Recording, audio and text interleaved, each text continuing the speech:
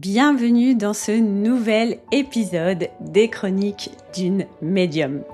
Aujourd'hui, j'avais envie d'aborder un sujet qui me touche profondément, un sujet qui traverse toutes les femmes que j'accompagne depuis des années, un sujet que j'ai moi-même vécu dans ma chair. Pourquoi tant de femmes ont-elles peur de leur propre puissance ? Parfois, est-ce qu'il est plus facile de continuer à souffrir plutôt que d'oser devenir pleinement soi-même ? Pourquoi certaines femmes sentent au fond d'elles qu'elles sont appelées à quelque chose de beaucoup plus grand, mais malgré tout, ces femmes restent toutes bloquées dans une vie qui ne leur ressemble pas. Que tu sois en voiture, en train de marcher, en train peut-être de préparer un repas ou simplement dans un moment pour toi, je suis heureuse de te retrouver dans cette nouvelle chronique. Alors installe-toi confortablement et c'est parti pour une nouvelle chronique d'une médium sur un sujet qui va peut-être t'émoustiller ou te faire prendre conscience de beaucoup de choses, notamment si tu es une femme. Bonjour et bienvenue dans les chroniques d'une médium. Je suis Betty Brochet, médium énergéticienne, ton accompagnatrice du monde invisible.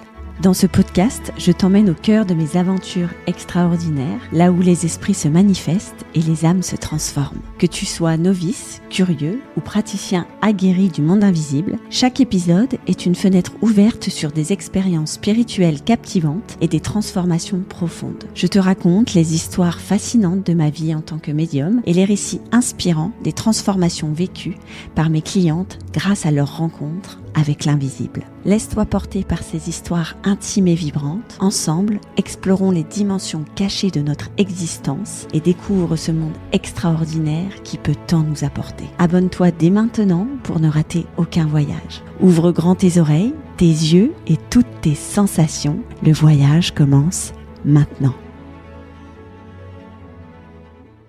Bonjour à toi, bienvenue ici dans cette nouvelle chronique. J'espère que tu vas bien. Alors, je suis très heureuse de te retrouver sur ce nouvel épisode qui m'a été inspiré d'un livre que j'ai lu récemment sur la figure de la sorcière. Quand je te parle de sorcière, évidemment, je ne te parle pas des sorcières des contes ou même des films, mais je te parle de la femme dite sorcière, je te mets ça entre guillemets, cette femme qui se refusait de se soumettre à ce qui l'empêchait d'être elle-même, car finalement, il s'agit bien de ça. Toutes les femmes et même certains hommes qui ont été condamnés pendant l'Inquisition sont celles et ceux qui ont refusé le modèle patriarcal qu'imposait l'Église à cette époque. Et aujourd'hui, dans cette chronique, j'avais envie de parler aux femmes et donc peut-être à toi directement qui n'a plus envie de te soumettre et qui veut retrouver une forme de liberté de vivre, une forme de liberté d'exister. Car être une sorcière n'est pas acquérir un pouvoir, contrairement à tout ce qu'on peut penser. Être une sorcière, c'est accepter de laisser mourir ce que l'on n'est pas ou ce que l'on n'est plus. Et je crois que c'est exactement ce que vivent de nombreuses femmes aujourd'hui. Alors, évidemment, pas seulement les médiums, pas seulement les énergéticiennes, mais toutes les femmes qui sentent qu'elles ne peuvent plus continuer à jouer un rôle et à porter des masques en permanence. Et toutes celles qui ressentent cet appel intérieur, cet appel parfois discret, mais parfois aussi très assourdissant. Et cet appel, c'est quand on s'entend dire à l'intérieur, tu es faite pour autre chose, tu es faite pour quelqu'un d'autre, tu es faite pour avoir une vie beaucoup plus heureuse. Alors aujourd'hui, chère femmes, parlons de nos peurs, parlons de ce qui nous empêche ou de ce qui nous a empêchés d'exister pleinement, mais parlons aussi de cette liberté qui nous attend quand on décide d'incarner pleinement la sorcière qui est en nous. Alors, tu sais, je crois profondément qu'on ne naît pas enfermé, mais qu'on nous apprend à nous enfermer à l'intérieur de nous. Et je parle pour les femmes dans cette chronique, même au travers de mes réseaux sociaux, mais si tu es un homme, je t'invite aussi à écouter ça parce que peut-être que cette chronique va te parler également. Je crois que nous ne sommes pas nés en ayant peur de nous montrer. Je vois pas comment un bébé finalement peut avoir peur dès l'instant où il naît, mais je crois profondément que l'on nous conditionne petit à petit à nous cacher. Alors, évidemment, je ne veux pas jeter la pierre à nos parents ou à qui que ce soit derrière dans cette chronique, mais je crois profondément que la réalité, c'est que nous sommes influencés tout au long de notre vie inconsciemment. Toutes ces injonctions qu'on peut entendre tout au long de notre vie, et ça dès notre plus jeune âge, nous forgent à nous cacher à l'intérieur de nous. Tu sais, ces injonctions comme tu es trop sensible, tu poses trop de questions, on comprend rien ce que tu dis ou ce que tu es, tu parles trop, oh mais t'es trop rêveuse ou t'es trop bizarre. Je suis sûre que toi qui m'écoutes là en ce moment, tu as déjà entendu au moins 3 de ces phrases dans ta vie.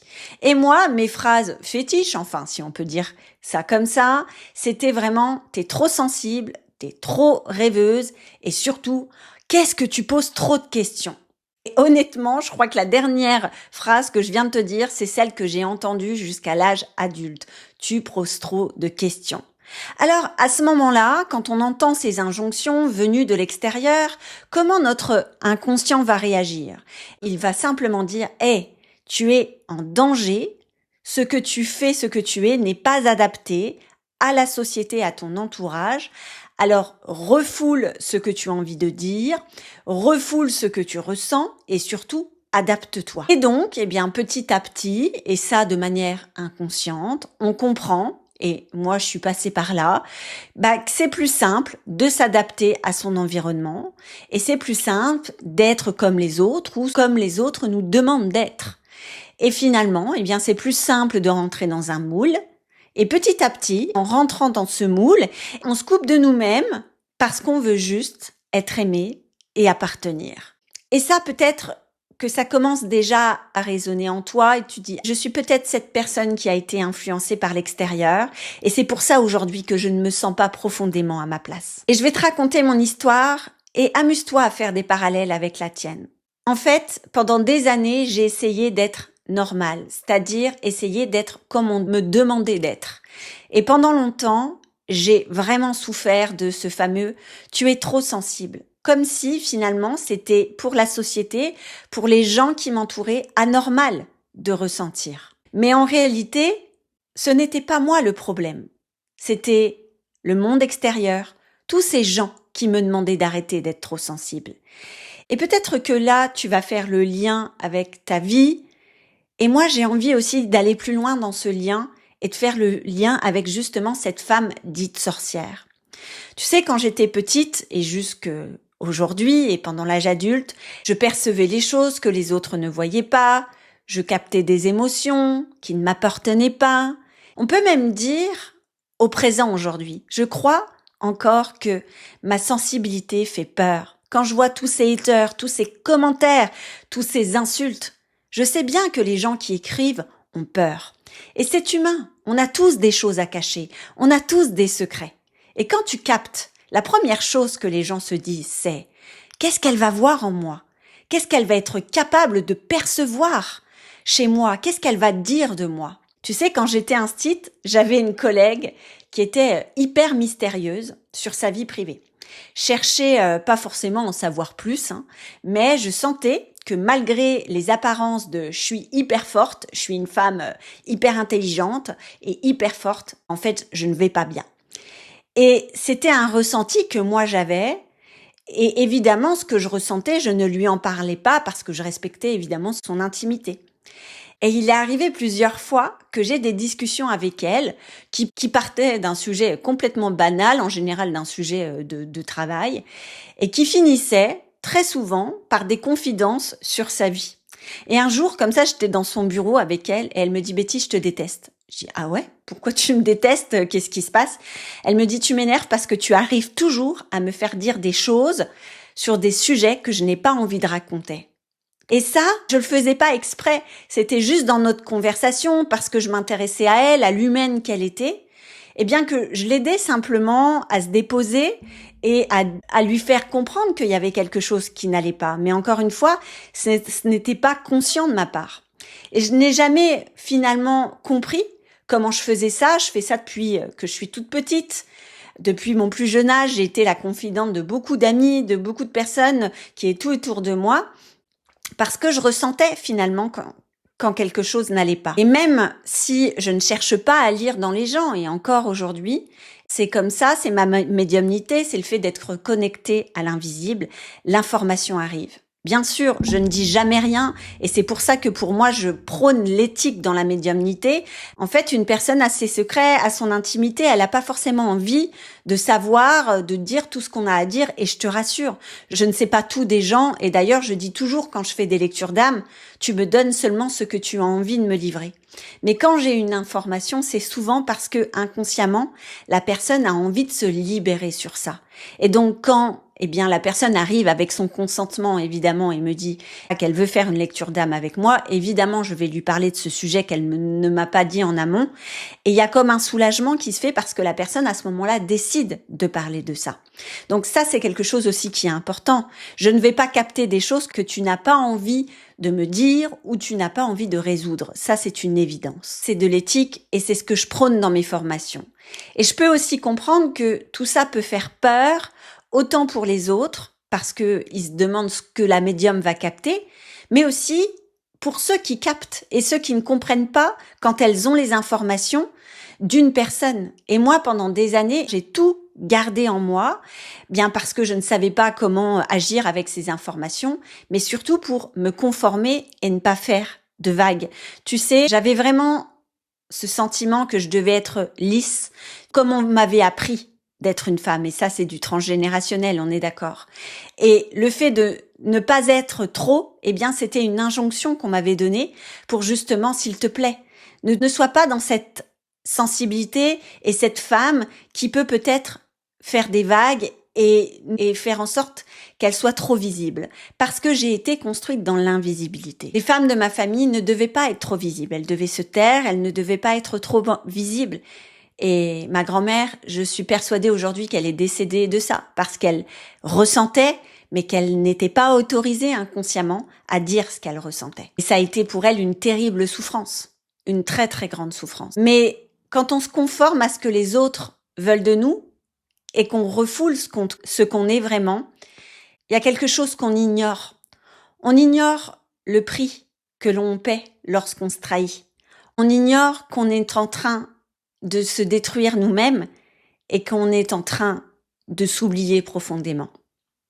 Et puis un jour, on se réveille un matin avec une vie qui peut sembler parfaite sur le papier et pourtant à l'intérieur, on ressent un vide immense, un trou béant dans le ventre, dans la poitrine, une vie finalement qui est créée autour de la suradaptation au conformisme et qui a créé un vide immense en nous. Et ça, peut-être que tu le ressens aujourd'hui.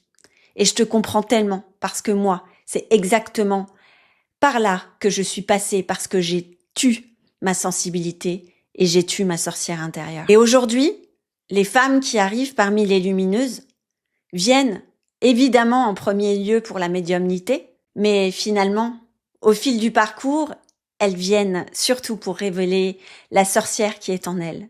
Une femme qui en a marre de se soumettre, qui en a marre de se conformer. Une femme qui veut vivre pleinement dans sa sensibilité et qui veut être libre de vivre ainsi. Et tu sais, je pense à une cliente là, Laetitia, quand elle est arrivée dans l'Académie des Lumineuses, elle avait des capacités extraordinaires, elle ressentait l'invisible, elle percevait l'invisible, elle avait des informations, mais elle passait son temps à minimiser ce qu'elle vivait parce que elle avait tellement peur du regard des autres et elle se conformait finalement à tout ce que l'extérieur avait pu lui dire. Et donc, elle essayait de reproduire des modèles qui ne lui correspondaient vraiment pas. Et limite, quand je l'écoutais, j'avais l'impression qu'elle cherchait une permission extérieure pour être vraiment elle-même. Et puis, au fil de l'accompagnement luminescence, quelque chose a changé, notamment lors de la lecture d'âme, parce que d'abord, elle s'est autorisée à développer ses capacités en entrant dans luminescence.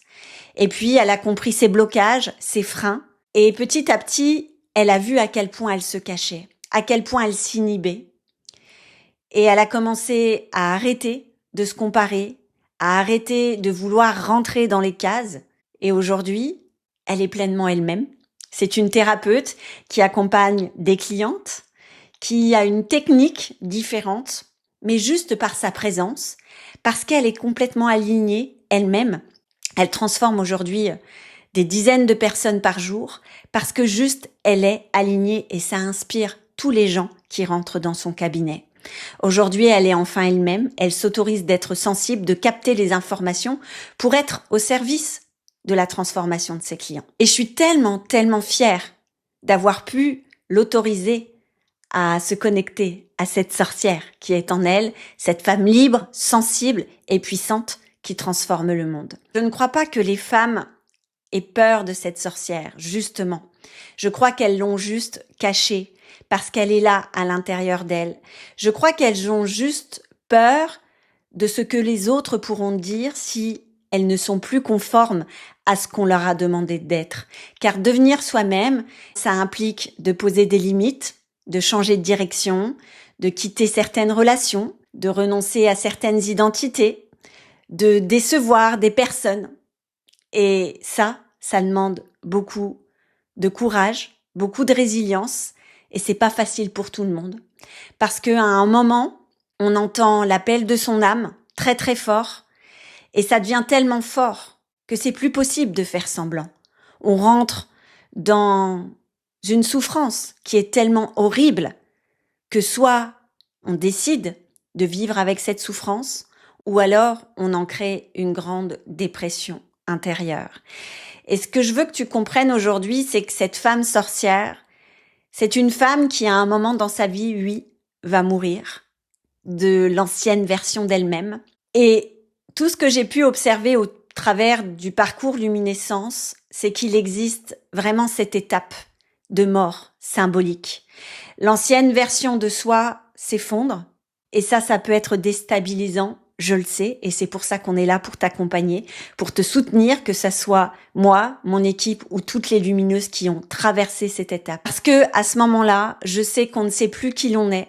Je sais que on a l'impression de se regarder dans le miroir et se dire mais qui je suis? Qui était la femme finalement qui était là, en vie?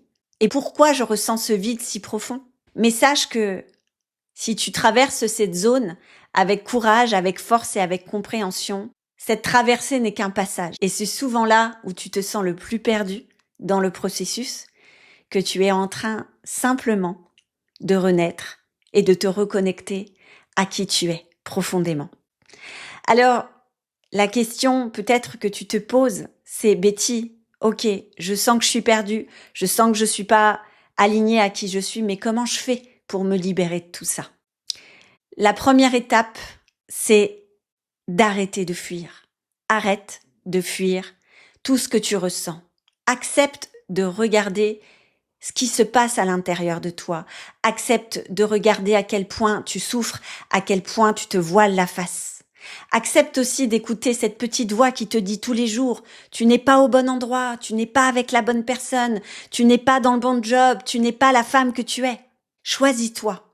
Choisis-toi avec tes peurs, avec tes doutes, avec toutes tes imperfections. Choisis cette sorcière qui est là pour simplement te révéler qui tu es.